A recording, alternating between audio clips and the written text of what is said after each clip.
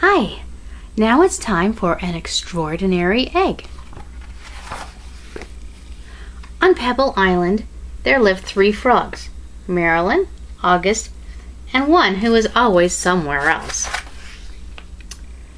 That one's name was Jessica. Jessica was full of wonder. She would go on long walks way to the other side of Pebble Island and return at the end of the day shouting, "Look what I found!" And even if it was nothing but an ordinary little pebble, she would say, "Isn't it extraordinary?" But Marilyn and August were never impressed. "I wonder what Marilyn and August will say when they see this," she thought as she rolled the beautiful stone to the small inlet where the 3 of them lived. "Look what I found!" she shouted triumphantly. "A huge pebble!" This time, Marilyn and August were truly astonished. "That isn't a pebble," said Marilyn, who knew everything about everything. "It's an egg, a chicken egg." "A chicken egg? How do you know it's a chicken egg?" she asked, who had never even heard of chickens. Marilyn smiled. "There are some things you just know." A few days later, the frogs heard a strange noise coming from the egg.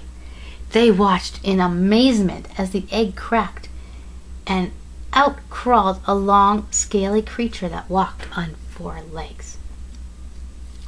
"See," exclaimed Marilyn, "I was right. It's a chicken." "A chicken!" they all shouted.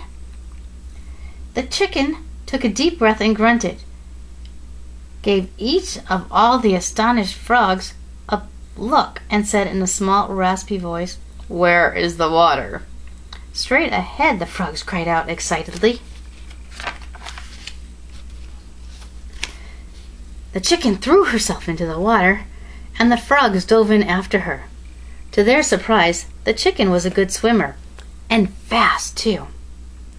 And she showed them new ways to float and paddle. They had a wonderful time together and played from sunup to sundown, and so it went for many days. Then, one day, when Jessica was someplace else, August and Marilyn saw a commotion going on in the water below them. Someone was in trouble. Quickly, the chicken dove into the pond. August and Marilyn were frightened. After a few long moments, the chicken reappeared, carrying Jessica. "I'm all right," she said. "I got tangled in the weeds, but the chicken saved me." From that day on, Jessica and her rescuer were inseparable friends. Wherever Jessica went, the chicken went too.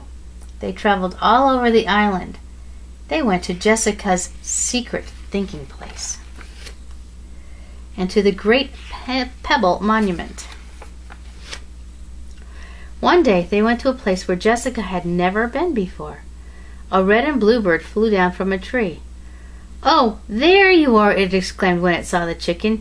"Your mother has been looking all over for you. Come, I'll take you to her." They followed the bird for a very long time. They walked and they walked. They walked under the warm sun and the cool moon, and then they came upon the most extraordinary creature they had ever seen. It was asleep, but when it heard the little chicken shout, "Mother!" it slowly opened one eye, smiled an enormous smile, and in a voice as gentle as a whispering grass said, "Come here, my sweet little alligator." And the little chicken climbed happily onto its mother's nose. "Now it's time for me to go," said Jessica. "I'll miss you very much, little chicken. Come visit us soon, and bring your mother too." Jessica couldn't wait to tell Marilyn and August what had happened. As she neared the inlet, she shouted, "Guess what I found!" And she told them all about it. And do you know what the mother chicken said to the little baby? Jessica asked. She called her "my sweet little alligator." "Alligator," said Marilyn. "What a silly thing to say." and the three little frogs couldn't stop laughing.